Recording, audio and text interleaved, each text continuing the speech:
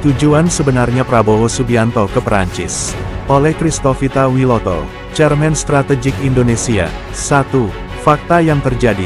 Pada tanggal 14 Juli tahun 2025, Prabowo Subianto, Presiden Republik Indonesia, hadir di Paris, Perancis, sebagai tamu kehormatan dalam upacara Hari Nasional Perancis Bastille Day.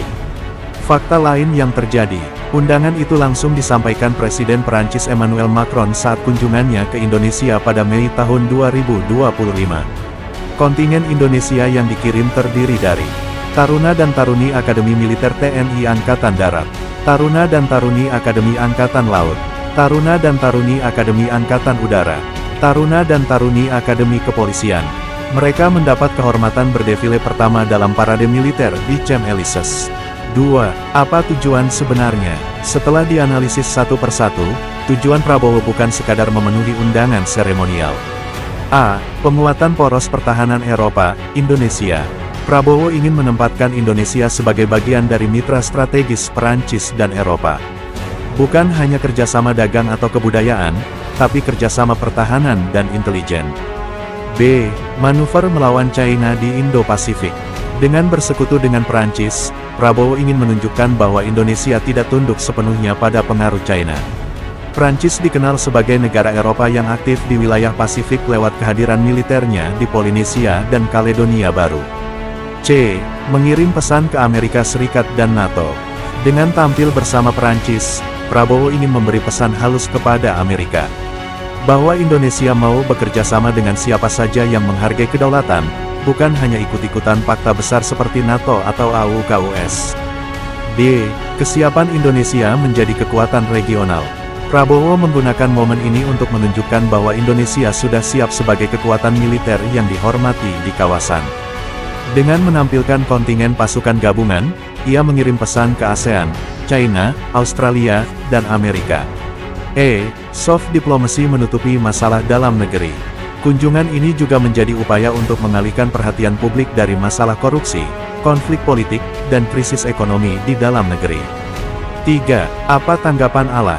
A. Firman Tuhan berbicara jelas. Yeremia pasal 17 ayat 5-8. Beginilah firman Allah, terkutuklah orang yang mengandalkan manusia, yang mengandalkan kekuatannya sendiri, dan yang hatinya menjauh dari Allah. Ia akan seperti semak bulus di padang belantara, ia tidak akan mengalami datangnya keadaan baik. Ia akan tinggal di tanah asin di padang gurun, di negeri padang gurun yang tidak berpenduduk. Diberkatilah orang yang mengandalkan Allah, yang menaruh harapannya pada Allah. Ia akan seperti pohon yang ditanam di tepi air, yang merambatkan akarnya ke sungai, yang tidak takut apabila panas datang, yang daunnya tetap hijau, yang tidak khawatir dalam tahun kering, dan yang tidak berhenti menghasilkan buah. B. Allah mau Prabowo bersandar kepadanya, bukan kepada militer dunia. Prabowo punya panggilan dari Allah untuk menjadi alat keadilan dan pembela rakyat, bukan alat kekuatan dunia. Namun, jika Prabowo lebih memilih kekuatan dunia, maka ia akan mengalami kutuk seperti firman itu. C. Prabowo diperingatkan lewat wahyu Tuhan. Mazmur pasal 33 ayat 16-17. Seorang raja tidak akan selamat oleh besarnya tentara, seorang pahlawan tidak akan tertolong oleh besarnya kekuatan. Kuda adalah harapan sia-sia untuk kemenangan, yang sekalipun besar ketangkasannya tidak dapat memberi kelepasan. 4. Arahan Tuhan Yesus Kristus khusus untuk kasus ini. A. Tuhan memanggil Prabowo untuk membela rakyat, bukan membesarkan nama sendiri. Mika pasal 6 ayat 8. Hai manusia, telah diberitahukan kepadamu apa yang baik. Dan apakah yang dituntut Allah daripadamu selain berlaku adil, mencintai kesetiaan, dan hidup dengan rendah hati di hadapan Allah. B. Jika Prabowo mau dipakai Allah, ia harus bertobat dan tinggalkan politik sandiwara. Yesaya pasal 30 ayat 15. Sebab beginilah firman Tuhan Allah, yang Maha Kudus, Allah Israel, dengan bertobat dan tinggal diam kamu akan diselamatkan, dalam tinggal tenang dan percaya terletak kekuatanmu. Tetapi kamu enggan. C. Tuhan memerintahkan agar Indonesia tidak masuk jebakan aliansi dunia. Yesaya pasal 31 ayat 1. Celakalah orang-orang yang pergi ke Mesir minta pertolongan, yang mengandalkan kuda, yang percaya kepada kereta perang karena banyaknya, dan kepada pasukan berkuda karena sangat kuatnya, tetapi tidak memandang kepada Yang Maha Kudus, Allah Israel, dan tidak mencari Tuhan. 5. Kesimpulan dan arahan firman Tuhan. Tujuan Prabowo ke Perancis bukan sekadar parade, tapi upaya memperkuat posisi politik dan militer Indonesia di mata dunia. Namun, menurut Allah, kekuatan sejati Indonesia tidak terletak pada senjata dan aliansi dunia, melainkan pada kebenaran, keadilan, dan bersandar kepada Tuhan Yesus Kristus.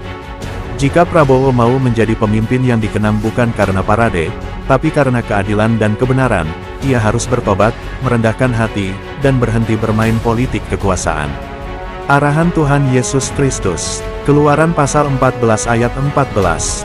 Allah akan berperang untuk kamu, dan kamu akan diam saja.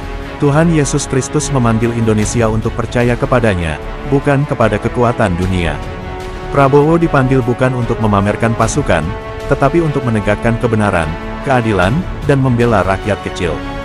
Jika ia berjalan dalam jalan Tuhan, maka Allah akan berperang bagi Indonesia, dan bangsa ini akan diselamatkan.